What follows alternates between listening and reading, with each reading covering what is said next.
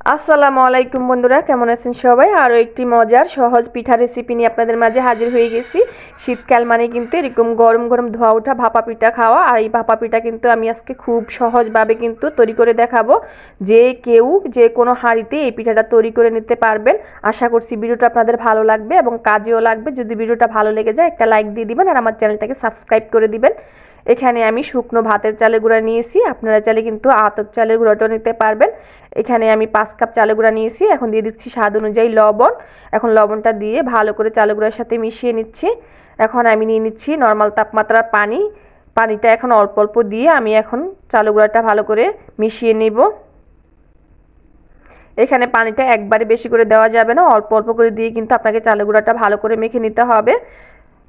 এখানে আমার টোটাল লেগেছে 2 কাপ পরিমাণ পানি। যেহেতু আমি এখানে শুকনা চালের গুঁড়া নিয়েছি তাই আমার এখানে পানির পরিমাণটা একটু বেশি লেগেছে। যদি আপনারা ভিজা চালের গুঁড়াটা নেন তাহলে কিন্তু পানির পরিমাণটা আর একটু কম বেশি লাগতে পারে। এখানে কিন্তু আমার চালের গুঁড়াটা মাখা হয়ে গেছে। এই যে দেখুন এরকম মুট করে দলা পেকে যাচ্ছে, আবার চাপ দিলে ভেঙে যাচ্ছে। এখন আমি একটা বল নিয়ে নিয়েছি আর এরকম একটা চালনি নিয়ে নিয়েছি। এরকম স্টিলের চালনি আশা করি সবার ঘরেই থাকে। আর যদি এরকম স্টিলের চালনি না থাকে তাহলে আপনারা প্লাস্টিকের যে কোনো চালনি দিয়ে এরকম করে চালের গুঁড়াটাকে চেলে নেবেন, এতে করে পিঠাগুলো বেশি সুন্দর হবে। এইভাবে করে আমি সবগুলো চালের গুঁড়া চেলে নিয়েছি। এই যে দেখুন এরকম চালের গুঁড়াটাকে এরকম সুজি সুজি ভাব চলে এসেছে। এখানে আমি খেজুরের গুড়টা ছোট করে কেটে নিয়েছি আর কিছু নারকেল কোড়া নিয়েছি। এখন আমি একটা পিঠা বানানোর বাটি নিয়ে নিয়েছি। আপনারা কিন্তু যে কোনো ধরনের বাটি দিয়ে কিন্তু পিঠা তৈরি করে নিতে পারেন। এখন এই বাটির মাঝে আমি অল্প অল্প চালের গুঁড়া দিয়ে দিচ্ছি। চালের গুঁড়াটা দেওয়া হয়ে গেলে এখন আমি দিয়ে দিব গুড়।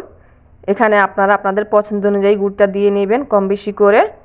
এখন গুড়টা যখন দেওয়া হয়ে যাবে তখন আমি এর মাঝে দিয়ে দিচ্ছি নারকেল কোড়া। এখন নারকেল কোড়াটা দেওয়া হয়ে গেলে আমি এখানে উপর থেকে দিয়ে দিচ্ছি কিছু চালের গুঁড়া। এর উপরে কিন্তু আমি বেশি চালের গুঁড়া দেবো না, অল্প করে চালের গুঁড়া দিয়ে হাত দিয়ে হালকা করে একটু চেপে দেবো। বেশি জোরে জোরে চাপ দিবেন না, তাহলে কিন্তু পিঠাটা ভেঙে যাবে। এখন উপর থেকে আমি আরও কিছুটা নারকেল কোড়া দিয়ে একটু চেপে দিচ্ছি, এতে করে পিঠাটা দেখতে সুন্দর হবে। চুলায় একটা হাঁড়ি বসিয়ে দিয়ে দিয়েছি পর্যাপ্ত পরিমাণের পানি দিয়ে। এখন একটা চালনি দিয়ে আমি একটা ঢাকনা দিয়ে ঢেকে দেবো বলক ওঠার জন্য। এখানে যখন হাঁড়িতে কিন্তু বলক চলে আসবে তখন আমরা পিঠাটা দিয়ে দেব। এখানে আমি একটা পাতলা সুতি কাপড় নিয়েছি। এখন এই কাপড়টা আমি যেই পিঠার বাটিটা আছে সেটার উপরে দিয়ে দেব, দিয়ে এরকম চারদিক থেকে তারপর ধরে নেব হাত দিয়ে। এখন আমরা পিঠাটা চালনিটার উপরে দিয়ে দেব। পিঠাটা দেওয়া হয়ে গেলে এখন আমি বাটিটার উপর একটু টোকা দিয়ে তারপর বাটিটা উঠিয়ে নিব। দেখবেন খুব সহজে বাটিটা উঠে গেছে আর পিঠাটাও ভাঙবে না। এখন আমি একটা ঢাকনা দিয়ে ঢেকে অপেক্ষা করব 1 মিনিট। এই ভাপা পিঠা হতে কিন্তু বেশি সময় লাগে না, 1 মিনিটে কিন্তু পিঠাটা সেদ্ধ হয়ে যায়।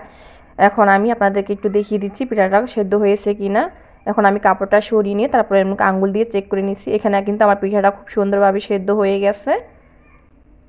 এখন আমি একটা ছাঁকনির সাহায্যে উঠিয়ে নেব, এতে করে পিঠাটা খুব সুন্দরভাবে উঠে যাবে আর হাতেও কিন্তু কোনো ছ্যাঁকা লাগবে না। এইভাবে কিন্তু আপনারা চাইলে খুব সহজভাবে পিঠা তৈরি করে নিতে পারেন আর পরিবারের সবার মন জয় করে নিতে পারবেন। আর আতপ চালের পিঠার চেয়ে কিন্তু এই ভাতের চালের পিঠাটা খেতে বেশি মজা হয়।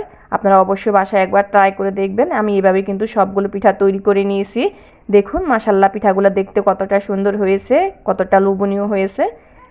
এখন আমি একটা পিঠা আপনাদেরকে ভেঙে দেখাচ্ছি, এর ভেতরটা কতটা সুন্দর হয়েছে। আশা করছি এইভাবে পিঠা তৈরি করলে আপনাদের পিঠাগুলো খুব সুন্দর হবে আর বাসার সবাই অনেক পছন্দ করবে। এতক্ষণ পাশে থাকার জন্য ধন্যবাদ। সবাই ভালো থাকবেন, আমাদের জন্য দোয়া করবেন। আল্লাহ হাফিজ।